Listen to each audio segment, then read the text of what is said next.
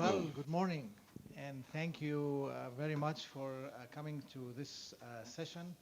And we are for a treat today with Dr. Ryan McDaniel. And my name is Wafeek Wahby. I'm a professor of construction, buildings, and technology in the School of Technology. And we have fun things if you like to visit in Clem Hall. Just come and see what we do in technology. But here we are for the futuristic look through ancient lenses. We want to see where our feet are, looking to the future, so we can walk well and do good by using ancient lenses. Last year we went as far back as Egypt, and no bias here. I'm originally from Egypt, but it's ancient anyway. And this year the natural progression was to go to Greece and see what they had to do, or what they did actually, what affects us until today. We had, I hope you got a copy of this. If not, we have several copies.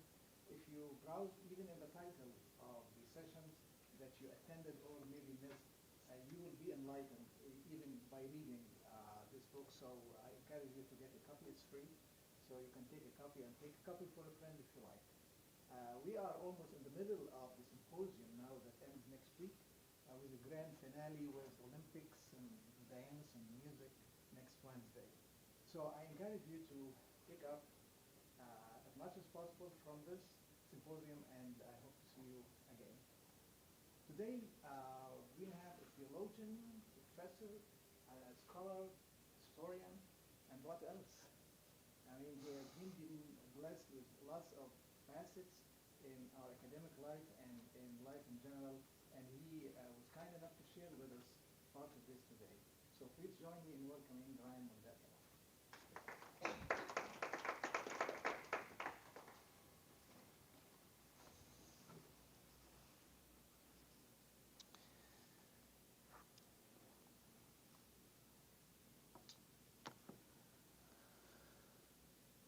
I'm calling my presentation today Hagia Sophia, Sacred Wisdom from the Christian Tradition of the Greeks. Hagia Sophia is itself Greek. It's Greek for sacred wisdom or holy wisdom, either way. Now, I took some of my inspiration in naming this presentation Hagia Sophia from this church. This church is located in what is now Istanbul, Turkey. More anciently, or perhaps more anciently, the city was known as Byzantium, later named the city of New Rome, also named after Constantine the Great, and so the city was named Constantinople, New Rome. This church was built in the 6th century, and for about 1,000 years, it remained the largest church in the entire world. Justinian, when he was the emperor at the time, when he completed the building, he was reported to have said, "Solomon, Solomon, I have outdone thee." Wasn't proud of his work at all. Just to give you a sense of the size of this church, I also went ahead and added a picture of the interior, taken as it looks today. It's now a museum. Some of the large medallions with Arabic, those were placed on the interior when this building was converted for a time into a mosque. But for about 1,000 years, this was the largest church in the world. Not outdone until St. Peter's in Old Rome was built in the 16th century.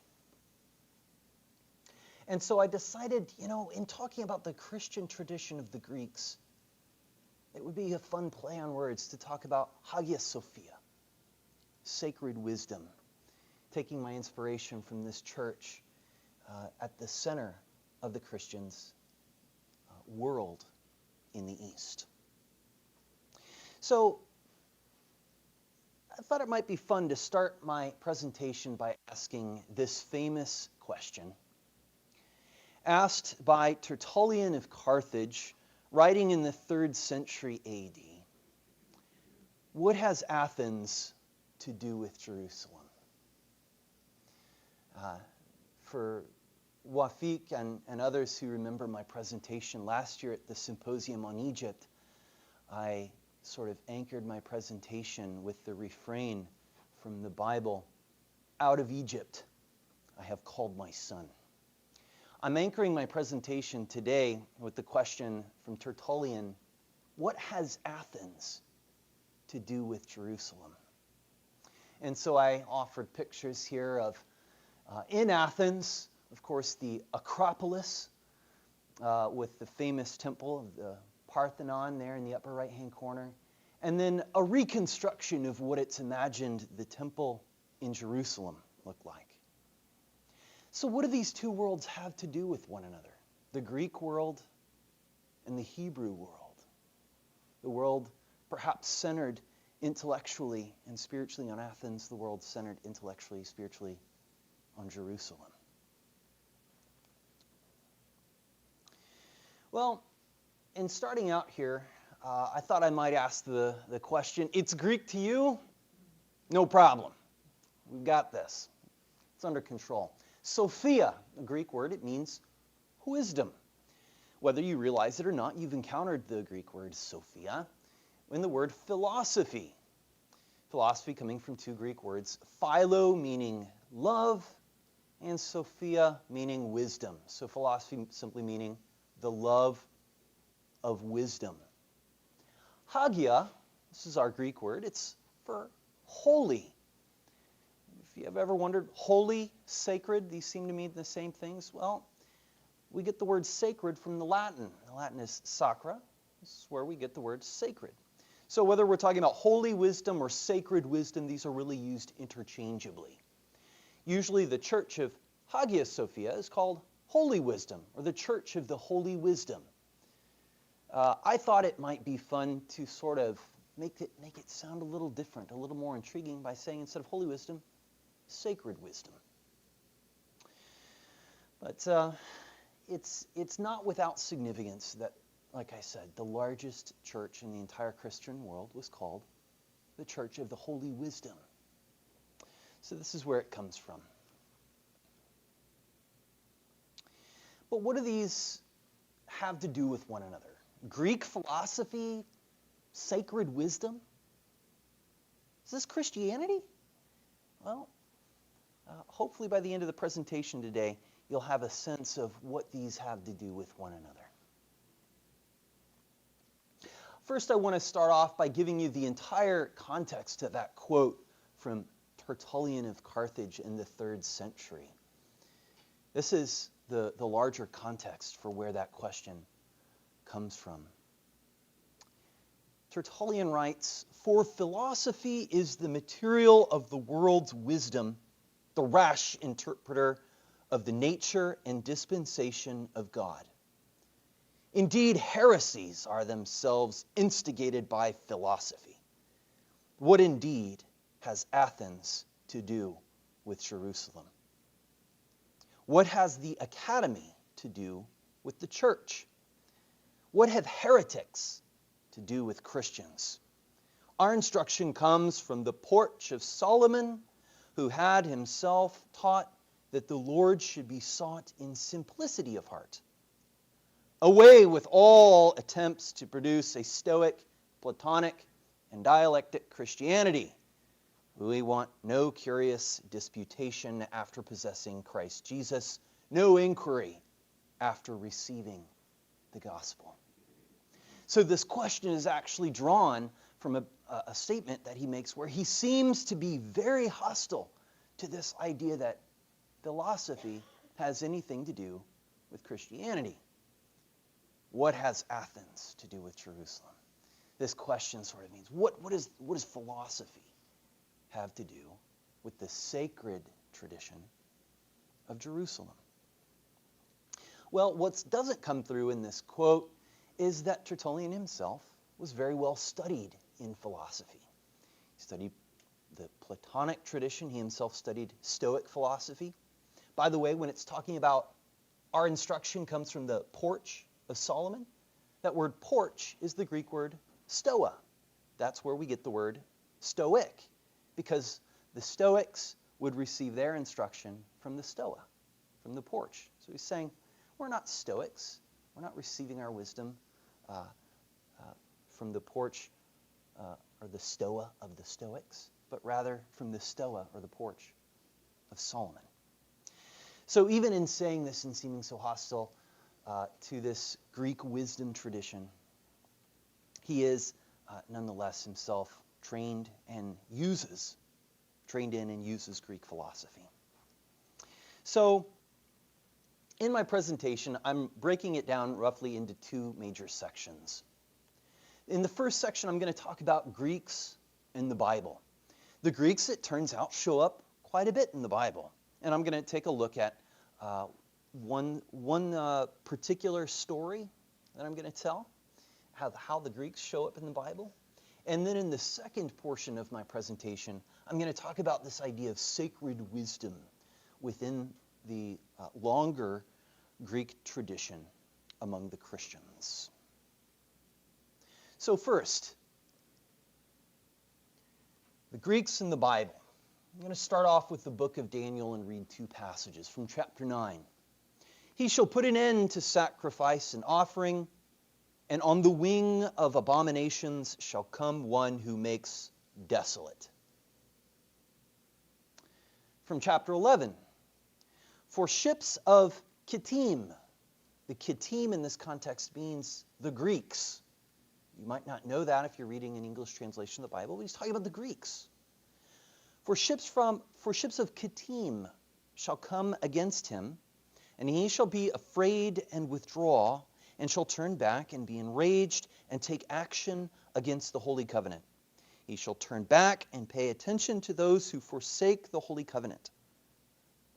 Forces from him shall appear and profane the temple and fortress, and shall take away the regular burnt offering, and they shall set up the abomination that makes desolate. All right, so we've got this abomination of desolation, as it came to be known. Gosh, it sounds formidable. Some sort of abomination. It's going to make for desolation. This is an ominous word here coming from Daniel. So the question is, what happened? What is this abomination that causes desolation?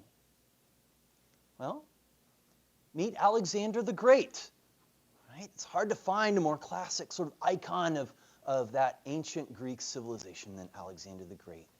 4th century BC. Alexander goes out on his campaign to conquer what to him was the known world. And he sets up a massive empire encompassing what was known then as the land of Israel. And so this comes under the control of Alexander the Great. And his successors then are in control of the land of Israel. One of his successors was named Antiochus Epiphanes IV. It's Antiochus Epiphanes IV who performs this abomination that causes desolation. Where is this written about? Well, the ancient Christians read the Bible in Greek. And in the Greek Bible, there are books that don't presently appear in most Protestant editions of the Bible. So when the Greek Christians are reading their Bible, they open up and they read books like the first book of the Maccabees and the second book of the Maccabees. And they read the story of how one of the successors of Alexander the Great, Antiochus Epiphanes IV in the Seleucid dynasty, perpetrates this heinous act. Here's one account from 2nd Maccabees. Zeus is worshipped in the Jerusalem temple. An excerpt from the account. The king sent an Athenian senator to compel the Jews to forsake the laws of their ancestors and no longer live by the laws of God. Also to pollute the temple in Jerusalem and call it the temple of Olympian Zeus. Harsh and utterly grievous was the onslaught of evil, for the temple was filled with debauchery and reveling by the Gentiles, who dallied with prostitutes and had intercourse with women within the sacred precincts, and besides brought in things for sacrifice that were unfit. The altar was covered with abominable offerings that were forbidden by the laws. People could neither keep the Sabbath nor observe the festivals of their ancestors, nor so much as confess themselves to be Jews. On the monthly celebration of the king's birthday, the Jews were taken under bitter constraint to partake of the sacrifices. A decree was issued to the neighboring Greek cities that they should adopt the same policy toward the Jews and make them partake of sacrifices, and should kill those who did not choose to change over to Greek customs. This is a brief excerpt from the account of what was referred to in Daniel as the abomination that causes desolation. One of the successors of Alexander the Great comes in, takes over the temple in Jerusalem, says, "This is now a temple to the Olympian Zeus." And there's sexual acts that are performed in the precinct of the temple that are considered wickedness and evil for the Jews. There's various sacrifices that are offered, and many other atrocities that are going on in the Jerusalem temple. The worship of the God of Israel ends.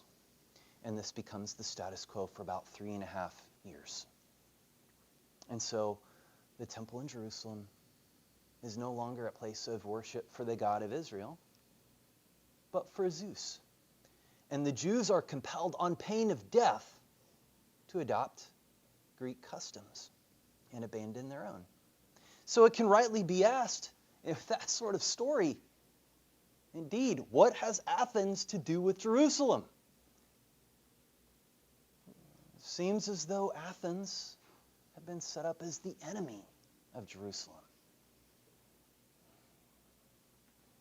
Well, Athens has her day, but Jerusalem makes a comeback. The following is a brief account of how the Jews, for their part, rallied. They came back, recaptured, reclaimed, and rededicated their temple in Jerusalem, the worship of their own God. The Jerusalem temple restored. The account reads from 1 Maccabees. Judas and his brothers said, "See, our enemies are crushed. Let us go up to cleanse the sanctuary and dedicate it." Early in the morning, on the 25th day of the 9th month, which is the month of Chislev, they rose and offered sacrifice, as the law directs, on the new altar of burnt offering that they had built. At the very season and on the very day that the Gentiles had profaned it, it was dedicated with songs and harps and lutes and cymbals. All the people fell on their faces and worshipped and blessed heaven, who had prospered them. So they celebrated the dedication of the altar for 8 days. Right, so this is after they rally together, they come together, unite in their military might. They overthrow the Greeks, reestablish worship in the Jerusalem temple, and they rededicate it. Right? This is an important word. They dedicate the temple once again to the worship of their own God. And the celebration goes on for 8 days. Does anyone know, we're now past Halloween yesterday, today being the day of All Hallows or All Saints Day. And does anyone know that for those in the Jewish tradition, what holiday is coming up fairly soon? Sometimes people think that the Jews Jewish people have a kind of, Jewish version of Christmas? Hanukkah. Hanukkah. Turns out, what has Athens to do with Jerusalem? It turns out Hanukkah finds its origin in the encounter between Athens and Jerusalem. Hanukkah is the celebration of this dedication. In fact, it's only in later times that the celebration comes to be called Hanukkah. Before that, it was simply called the Feast of Dedication, because it celebrated the rededicating of the temple in Jerusalem, reclaiming it away from the worship of Zeus and back to the worship of the God of Israel. All right, so the Feast of Dedication is established, and it came to be known as Hanukkah. From 2 Maccabees chapter 10, they decreed by public edict, ratified by vote, that the whole nation of the Jews should observe these days every year. So every year on the 25th day of Kislev, they celebrate these 8 days. What some people may not know is that in the Christian Bible, Jesus is said to celebrate Hanukkah. This might come as a huge surprise. Right there hiding out in the Christian Bible the whole time. But Jesus celebrates Hanukkah. From John chapter 10. At that time, the Feast of Dedication took place at Jerusalem. It was winter, and Jesus was walking in the temple and the colonnade of Solomon. So in John's Gospel, chapter 10, Jesus is there in this temple in Jerusalem, celebrating Hanukkah, then known as the Feast of Dedication. So, what has Athens to do with Jerusalem? Well, there's a hostile encounter. The Kittim, right? Alexander the Great and his successors come in, compel the Jews to adapt Greek customs, profane their temple, worship Zeus. The Jews rally, they retake their temple, they rededicate it to the worship of their own God. And Jesus is even seen in the temple celebrating Hanukkah. So at first the encounter does seem hostile, as Tertullian would portray it. So this is the story of Hanukkah. There's one more passage in the Bible where the Bible and the Greeks are coming together that I wanted to share with you, and that's Paul at Athens. Paul at Athens, from Acts 17. Now, while Paul was waiting for them in Athens, his spirit was provoked within him as he saw that the city was full of idols. So he reasoned in the synagogue with the Jews and the devout persons, and in the marketplace every day with those who happened to be there. Some of the Epicurean and Stoic philosophers also conversed with him. So these are two famous schools of Greek philosophers, the Epicureans and the Stoics. And so we have this account of Paul. He's in Athens. He's in the agora or agora. He's in the marketplace. He's having these conversations, these philosophical discussions. He's talking to Epicureans. He's talking to Stoics. And he's having this intellectual exchange with philosophers of the various Greek traditions. The account goes on. So Paul, standing in the midst of the Areopagus, said, "Men of Athens, I perceive that in every way you are very religious. For as I passed along and observed the objects of your worship, I found also an altar with this inscription, to the unknown God. What therefore you worship is unknown, this I proclaim to you.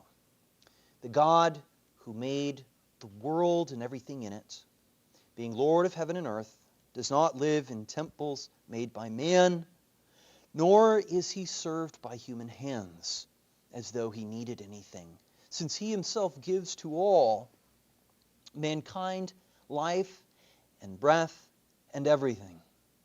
And he made from one man every nation of mankind to live on all the face of the earth, having determined allotted periods and the boundaries of their dwelling place, so that they should seek God and perhaps feel their way toward him and find him. Yet he is actually not far from each one of us, for in him we live and move and have our being. As even some of your own poets have said, for we are indeed his offspring. So Paul is recognizing that even among the Greeks, among the Greek tradition, he's talking to Epicureans and Stoics and other philosophers in Athens. He's recognizing that the Greeks are trying to feel their way along, trying to find and discover who God is. He discovers the Greeks to be a very religious people, but he sees that there's a multiplicity of gods. But he sort of points to this one altar that he finds there in Athens that says, to the unknown God. He's saying, I'm here to proclaim this is the God that's yet unknown. And I'm here to proclaim and make known this God. His two quotes are drawn from non-Christian, non-Jewish Greek poets. The first source was probably associated with a figure known as Epimenides of Crete, dating almost an ancient mythic legend to the 7th or 6th century BC. And Paul is quoting from his poetry. The second quote, for we are indeed his offspring, he's quoting from Aratus's poem Phenomena, dating from the 3rd century BC. So Paul is quoting from these two ancient Greek poets. And so we start to see already in the book of Acts, Paul, as he's going and making his proclamation to the Greeks in Athens, he's beginning to show that he's reading the Greeks. He's quoting them in support of his own ideas, saying these two are not hostile to each other. There's a kind of agreement here. There's a common ground. What has Athens to do with Jerusalem?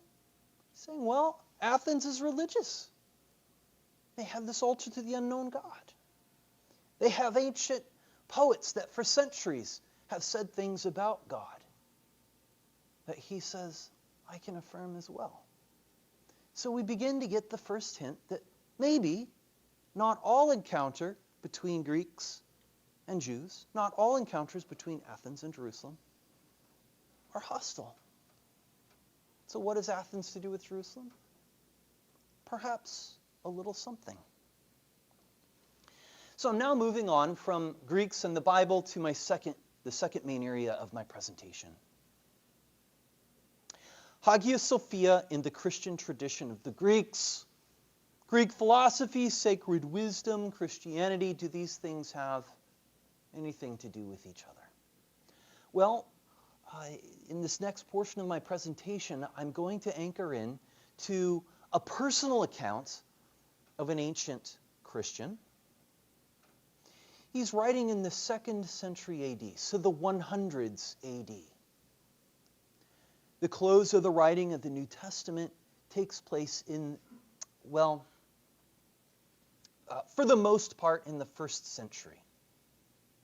Right? So this Christian writer is writing at the time when Christianity is still just getting started. And he's going to give us his personal account of his own experience.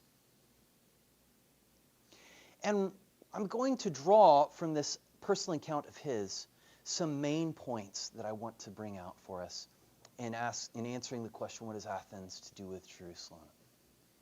I want us to be able to see that there was actually quite a bit of common ground beyond what Paul was pointing out briefly there in that conversation in Athens. There's actually quite a bit. And as we'll see, the Greek Christian tradition is going to adapt and incorporate much of the Greek philosophical tradition and come up with a distinctive Greek Christian tradition that is indeed rightly called Hagia Sophia, or sacred wisdom. I'll be sharing with you an account from a man known as Saint Justin Martyr. He's also called the philosopher. A martyr because he was killed for his faith. much as those Jews were put to death by the Greeks for their faithfulness to their belief in God, Justin, the philosopher who would become a Christian, was also put to death for his belief in God. So writing in the 2nd century AD, again the 100s, very early, from his own account, I will tell you what seems to me. For philosophy is, in fact, the greatest possession and most honorable before God, to whom it leads us and alone commends us. So he's basically saying that for him, by the way, this account is before he's a Christian. He's giving an account of his life and his experience as a philosopher before a Christian. So he's a Greek philosopher at this point. And he's saying, what is the point of philosophy? Philosophy is to lead us to God. Philosophy commends us to God. So remember back when Paul was talking to the Athenians, saying, we're trying to feel our way, the Greeks are feeling their way along, trying to know God. Justin says, indeed, he's affirming that this is what Greek philosophy is about, coming to a knowledge of God. In another portion of his own account, again, this is before he's a Christian, the perception of immaterial things quite overpowered me, and the contemplation of ideas furnished my mind with wings, so that in a little while I supposed that I had become wise. And such was my stupidity. I expected forthwith to look upon God, for this is the ultimate goal of Plato's philosophy. The deity cannot be seen merely by the eyes, as other living beings can, but is discernible to the mind alone, as Plato says, and I believe him. So as a follower of the philosophy of Plato, he's saying that he contemplated immaterial ideas. He recognizes that he can't see God with his physical eyes, but that, quote, his mind was given wings.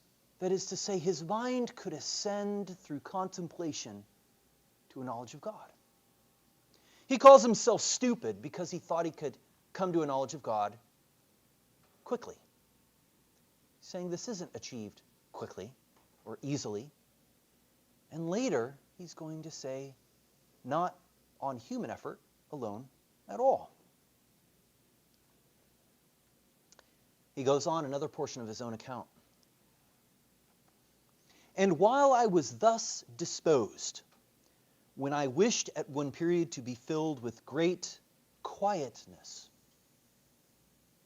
I want to pause there. He wishes to be filled with great quietness. Again, this is before he's a Christian. Keep that tucked away. And so to shun the path of men, I used to go into a certain field not far from the sea. And so he's off, not too far from the sea, in a quiet, lonely place, away from the affairs of the world. And he says, I delight in such walks. He's taking a quiet walk in a solitary place, where my attention is not distracted. For converse with myself is uninterrupted. Compellingly contemporary. For those who enjoy quiet walks alone in the setting of beauty in nature, where you can hear your own mind, you can hear your own thoughts. This is something that Justin said that he delighted in. He wanted to get away from the noise and busyness of the world and withdraw to quiet, for quietness.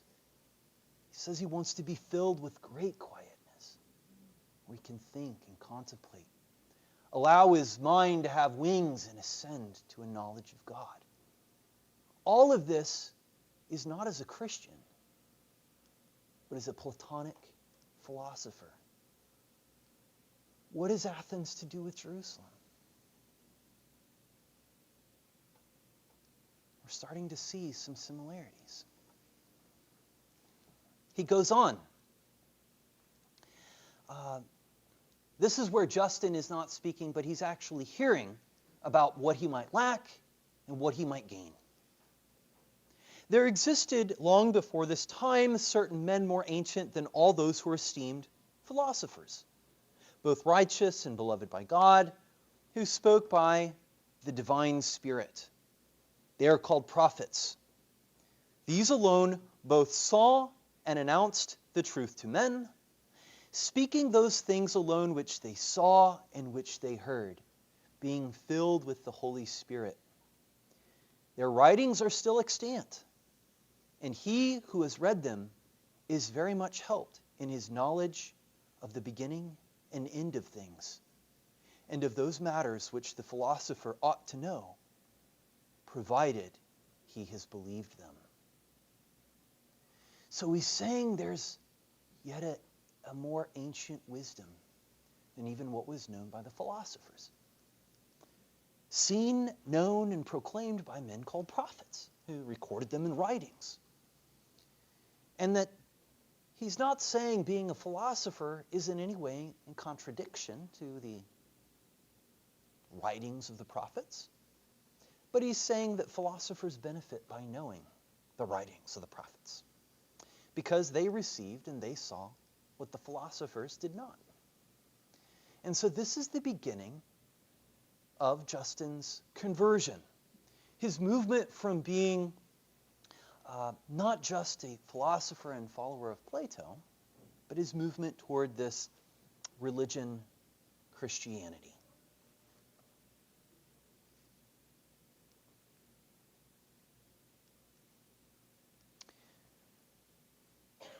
In his conversation with this man who's sharing with him this word about the prophets, this man says to him, "But pray that, above all things," the poetic beauty of this passage is remarkable. "Pray that above all things, the gates of light may be opened to you.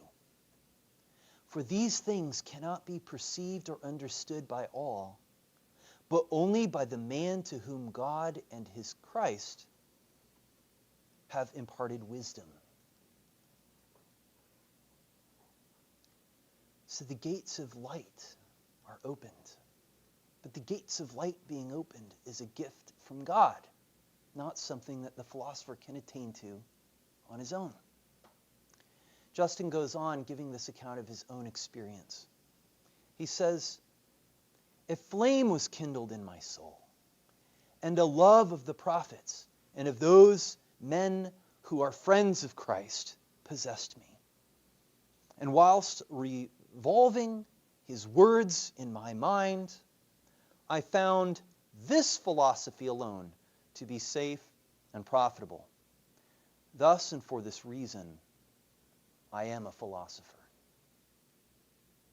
So I want to point something out here. Justin is saying, I am a philosopher. He's saying this as a Christian. He's not placing Greek philosophy and this word from the prophets, right? Christianity, he's not placing them in odds with one another. He's not placing them in hostility one with the other. But rather he's saying something was added to his previous life and understanding as a philosopher. He's saying that he had a kind of flame kindled in his soul, and the gates of light were opened. But this wasn't something that he achieved on his own. Rather, it came to him as a gift.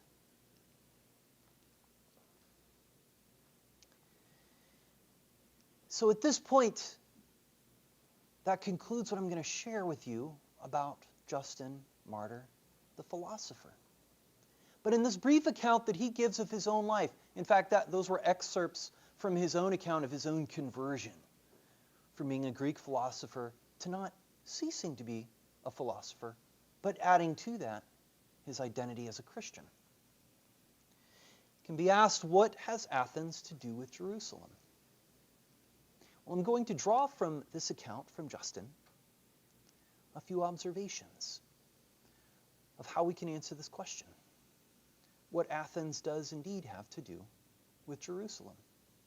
And this account of St. Justin's own conversion becomes typical of the Greek Christian tradition. It becomes a part of the tradition of Hagia Sophia, sacred wisdom, holy wisdom in the Greek Christian tradition. First of all, there's the commonality of the goal being to see God. According to Justin's account, the goal of Greek philosophy, the love of wisdom, was nothing less than to see God. We saw Paul in Athens appealing to the Athenians saying, "You're feeling your way along trying to find God. I'm here to proclaim a knowledge of God, to bring that knowledge of the prophets that Justin was referring to." In Greek, to see God is described with the Greek term theosis, from the Greek word theos, God. Theosis means a transformation of the human person. If you were here and you heard my presentation on the Christian tradition in Egypt, you heard me speak about this at length, that the human person is not able, on human strength and human power alone, to see God. And thus, though this is the desire of the philosopher, it will be frustrated unless God intervenes. God is the only one that has the power to transform the human person, to open the gates of light, to kindle that heart and the soul, and allow the human person to see God. The human person does not in human strength see God, but God in God's strength allows the human person to see God. So this transformation of the human person, to be made, to be fully transformed into the image and likeness of God, is called theosis, which allows the human person to see and to know God. In the Greek Christian tradition, this is called theosis. Worldly distractions are cast aside. This was true for Justin as a philosopher before he was a Christian. Remember, he said he delighted in going out to lonely places in an open field by the sea where he would walk. He could hear and know himself. He could hear his own mind. He could have clarity. He said that he would seek great quietness so that he could cast aside the worldly cares and focus on God, on a true knowledge, allow his mind to grow wings and ascend to heaven. In Greek, this is described with two terms, ascesis and apatheia. Ascesis, as I described in my presentation on the Egyptian Christian tradition, this is available online, by the way, this talk, my talk on the Egyptian Christian tradition. It's still available online on the website. Ascesis means laying aside the distractions of the world and training for spiritual excellence to experience theosis and allow one's mind to ascend to a knowledge of God. Apatheia, this is related to the English word apathy. But apathy in the English language usually refers to not caring about anything at all. This isn't what the Greek Christian term means. Apatheia refers to a lack of pathos, that is to say, a lack of passions. The passions are all of those worldly cares, all of those worldly thoughts, every manner of distraction, and what might simply be called noise in our own mind. They're things that drag us down. They're things that draw us to what is not beneficial to us. They're a kind of wounding or illness within our soul. Apatheia simply means to be set free from passions, to be without them. And so worldly distractions are cast aside through ascesis and apatheia. This was true in both the Greek philosophical tradition and the Greek Christian tradition. Remember, Justin sought for great quietness. This is a very important term in the Greek Christian tradition. Hesychia, or hesychia. Hesychia simply, it's translated as stillness or quietness. It's only in the context of stillness and quietness, metaphorically speaking, out in that open, lonely field by the sea, where we can be free from worldly distractions, our mind can be calm and quiet.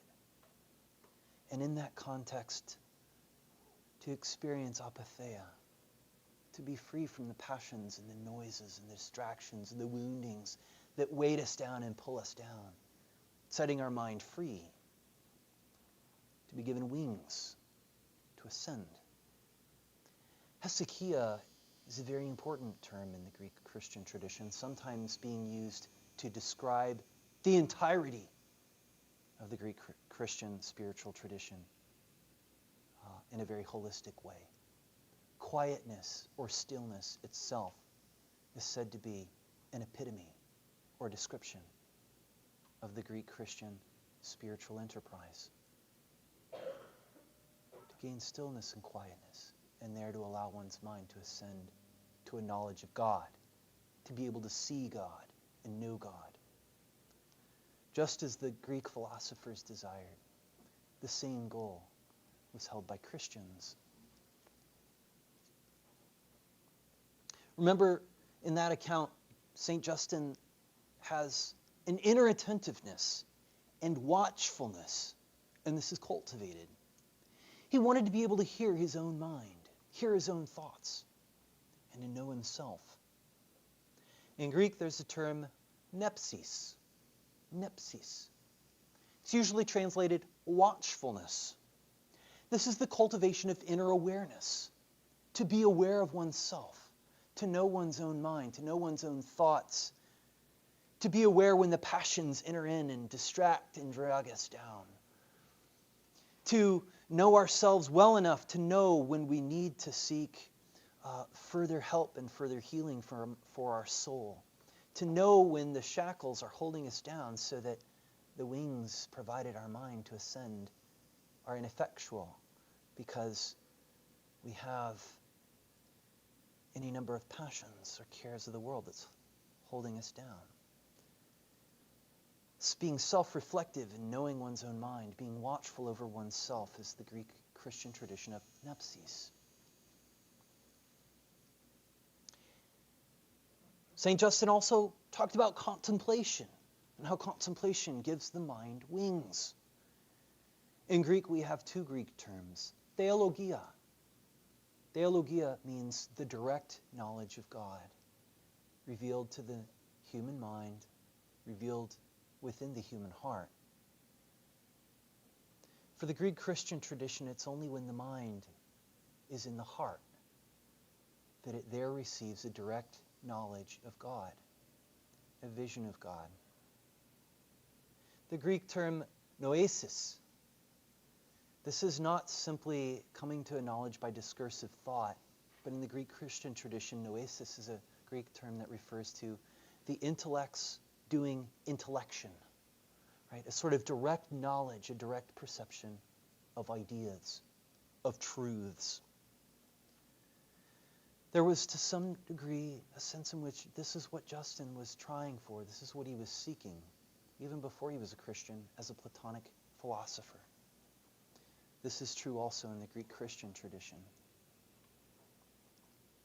Justin also points out that the prophets have seen what the philosophers have not. So the Greek philosophical tradition on its own is not enough. There needs to be more. And the prophets reveal what the philosophers could not know. Justin refers to the gates of light that open. He refers to how the gates of light open and God, through Christ, imparts true wisdom and a fire kindled in the soul. In Greek, there's a term called metanoia. Metanoia describes when God intervenes to act in a human's heart and open up the gates of light, imparting true wisdom and kindling a fire in the human soul. He says he couldn't do this on his own. Even as sincere as he was, he couldn't do it on his own. God had to intervene in order to do what only God can do in the human heart. It was a conversion experience for him. He changed. He had a change of heart. This experience of an inner change of heart is described with the Greek term metanoia. It's a transformation. It's a change of heart. And so, with these points, I'm drawing connections in answer to the question, what has Athens to do with Jerusalem? I'm drawing these from this very brief account of Justin in describing himself as a Greek philosopher and then describing his conversion experience to being a Christian. And these points sustain this notion of Hagia Sophia, a Greek Christian tradition. Seeking stillness, giving one's mind wings, ascending to a knowledge of God, healing the soul, having the gates of light opened, having God through Christ impart wisdom and kindling a fire in the soul, opening up a vision to see God. Justin's experience was that in Christianity, he experienced what he longed for as a philosopher. The goals weren't the same. He just felt as though the prophets saw what the philosophers couldn't, and that he experienced what he couldn't quite reach as a Greek philosopher.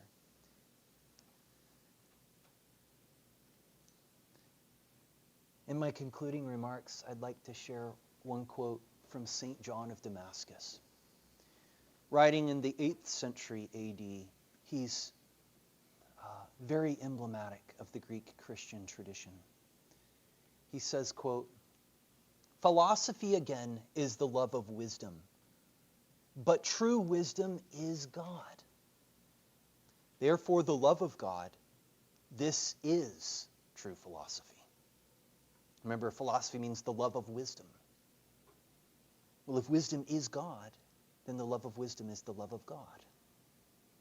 So the true philosopher, if one loves wisdom, then what they love is God.